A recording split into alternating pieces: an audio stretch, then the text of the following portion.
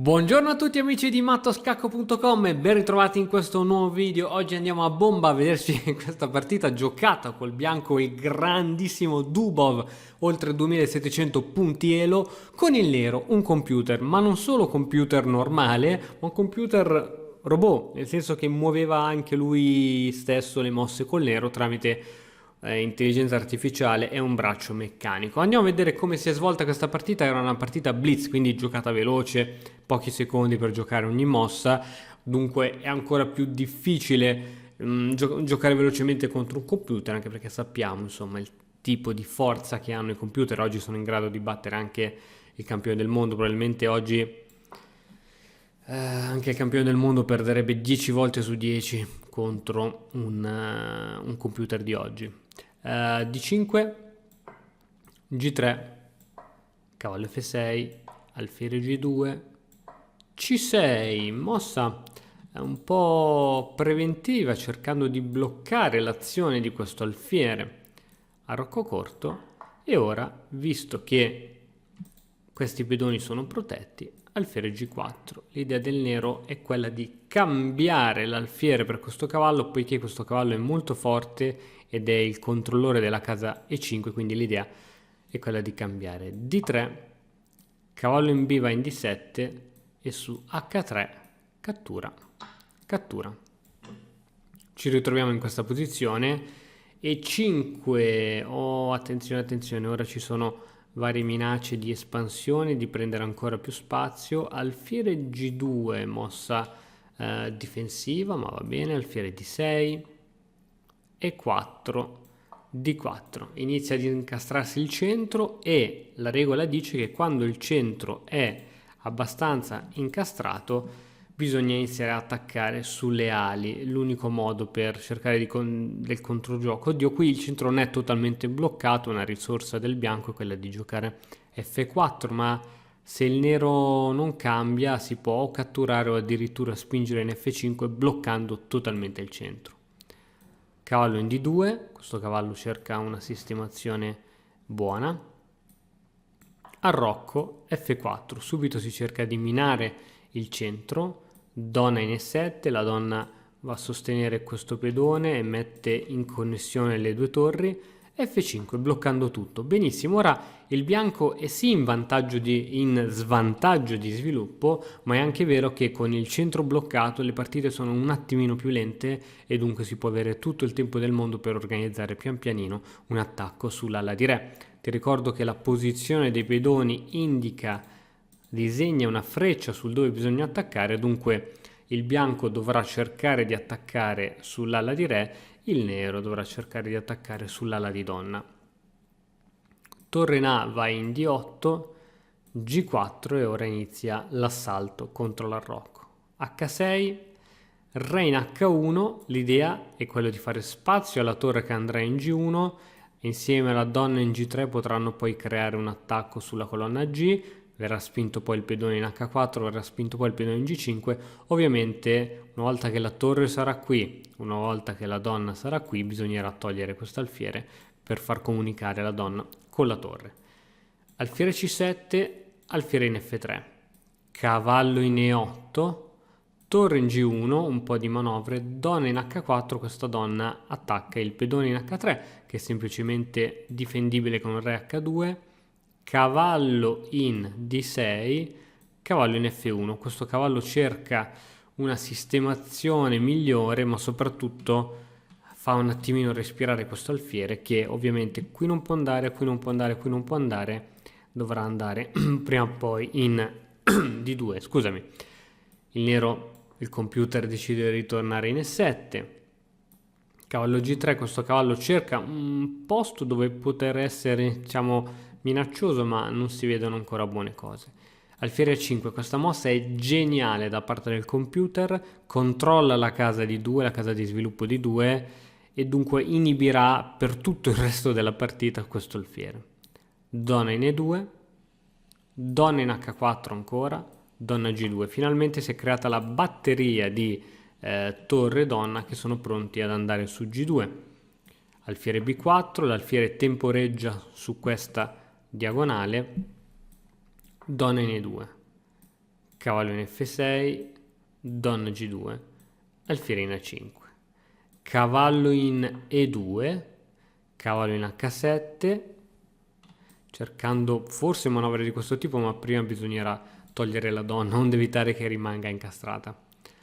Donna in G3, donna in E7 e adesso H4. Siamo pronti per spingere e continuare l'attacco in questo modo. Cavallo in B5, G5, l'attacco abbia inizio, H per G6. Ora Dubov è un attimino, non sa bene come continuare l'attacco, se lasciare la tensione, se catturare o addirittura spingere, chiudendo ancora di più tutta la posizione. Donna H4. L'idea è quella di far togliere il re il prima possibile, mettere la torre e attaccare su questo punto H7. Torre in F va in E8, F6 chiudendo tutto. F6 permette alla donna di andare su F8 e cercare di dare una mano alla difesa. Re in G2, l'idea quindi del bianco è quella di incolonnare e puntare in questo modo. L'idea del nero è quella di giocare questa e portare la donna alla difesa di questo cavallo. In rosso trovi le case evidenziate dove l'alfiere in campo scuro del bianco ancora non può andare da nessuna parte. Torre in H1 e ora donna G8 obbligata. Torre in H3, cavallo in C7, questo cavallo cerca una sistemazione migliore e adesso mossa geniale di Dubov, alfiere D2. Mette questo alfiere totalmente in presa dall'alfiere avversario. L'idea ovviamente è quello di far sì che la torre in A possa andare a sorreggere l'attacco in H1 e ora il computer gioca cavallo in E6. Ma come andava a finire la partita se il computer accettava questo sacrificio? Semplicemente si triplicavano le forze, l'alfiere poteva andare ad attaccare su G5, donna per H7, donna per H7, torre per H7, re va in G8 e si perde la partita con uno scacco matto. Perciò su alfiere D2 cavallo E6 è la mossa migliore. È la mossa migliore perché bisogna cercare del controgioco, anche se questo alfiere si ritirasse. Qui c'è sempre questa e abbiamo già visto come va a finire. Quindi su cavallo in E6 c'è alfiere per A5, Dubov va in vantaggio di un pezzo ed attacca anche una torre, B6 e l'alfiere torna in D2, tra l'altro difendendo questo punto. Il cavallo in F va in E va in F8, connettendosi e dando una mano sempre con questo cavallo e nel dubbio intanto triplichiamo l'attacco. C5, donna in E1, la donna cerca di mettersi dietro le torri, A6, alfiere G4, A5 e ora mossa molto forte A4 che impedisce l'avanzata di questo pedone. Torre in A8 e ancora un'altra mossa molto forte che è C4, super controllando questa casa e bloccando le operazioni ad ovest, dato che Dubov ha tutti i pezzi ad est, dice ok, fissiamo i pedoni dall'altro lato della scacchiera in modo tale da poter essere tranquilli. Che cosa accadeva aspetta, qui il nero gioca torre in A va in D8. Se il nero avesse catturato con presa al varco, qui semplicemente come si continuava? Bisognava catturare di cavallo, perché è vero che momentaneamente c'è questa colonna aperta, ma questo cavallo può andare subito in D5, chiudere la colonna ed essere molto molto forte con attacchi di questo tipo per intrappolare la donna o comunque per dare un pochettino di noie. Perciò su C4, torre in AD8, gioca al computer, cavallo in G1, questo cavallo cerca di riposizionarsi da qualche parte dove può creare minacce, torre in A8, cavallo in F3, torre in E va in B8, la situazione del nero ormai è drastica, è persa, cavallo in E5, torre in B7, cavallo in F3, torre in B va in B8, temporeggia, E5 e ora partono gli attacchi di questo tipo: torre in E8, donna in E4, torre in A va in B8, alfiere in F4, torre in A8 e 6, finalmente la spinta importante. Attenzione, adesso la partita continua con cavallo per E6 e su alfiere per E6 il nero gioca, il computer gioca torre in A7. Perché questo alfiere non si poteva catturare? Allora, se si catturava di torre semplicemente si perdeva la partita con questo tatticismo. Torre per, donna per e adesso c'è donna in 8. La donna togliendosi dall'ottava traversa, catturando, lascia in difesa la torre in A8 e praticamente è matto. La donna non può tornare a difendere il proprio re poiché è inchiodata. Motivo per cui questo alfiere non si può catturare con la torre. In caso di cattura di pedone, beh, la partita veramente è andata lo stesso, perché permette alla donna di entrare in E5, si minaccia questo tipo di spinta, c'è poco, veramente poco da fare. Cosa si fa qui in questa situazione? Non so, donna qui, F7 scacco, l'unica è mettere davanti la regina, ma adesso come si finisce? Semplicemente con torre in H7, scacco matto.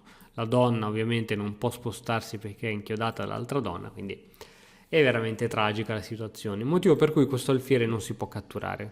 Torre in A7, quindi il nero è sotto praticamente di 2 pezzi.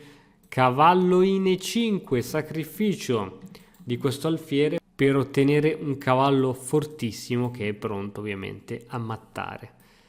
Torre per E6, torre per H7, donna per H7, torre per H7, re per H7. Abbiamo donna e 2 pezzi contro 2 torri. Attenzione adesso, re in G3 con l'idea di portare la donna in attacco in questo modo e dare scacco matto. Re in G8, donna in H1, torre si sacrifica su F6 ma è solo momentanea perché adesso c'è sempre questa manovra che praticamente non la si può impedire. Torre B7, donna in H6 e su torre D7, cercando di distrarre questo cavallo, ovviamente c'è il matto su G7 e quindi man vs robot, vince il gran maestro Dubov, grandissimo, grandissimo. E la cosa più interessante è che è stata veramente una partita blitz, avrei visto qualche frangente della partita, perciò veramente bravo. Tutti i nostri complimenti e mi raccomando, portiamo avanti il genere umano.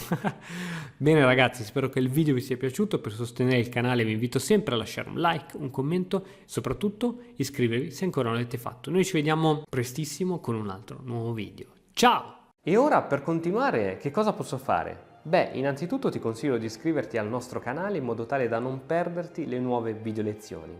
E poi puoi vedere il video che è stato più cliccato in questa settimana. Ci vediamo, ciao!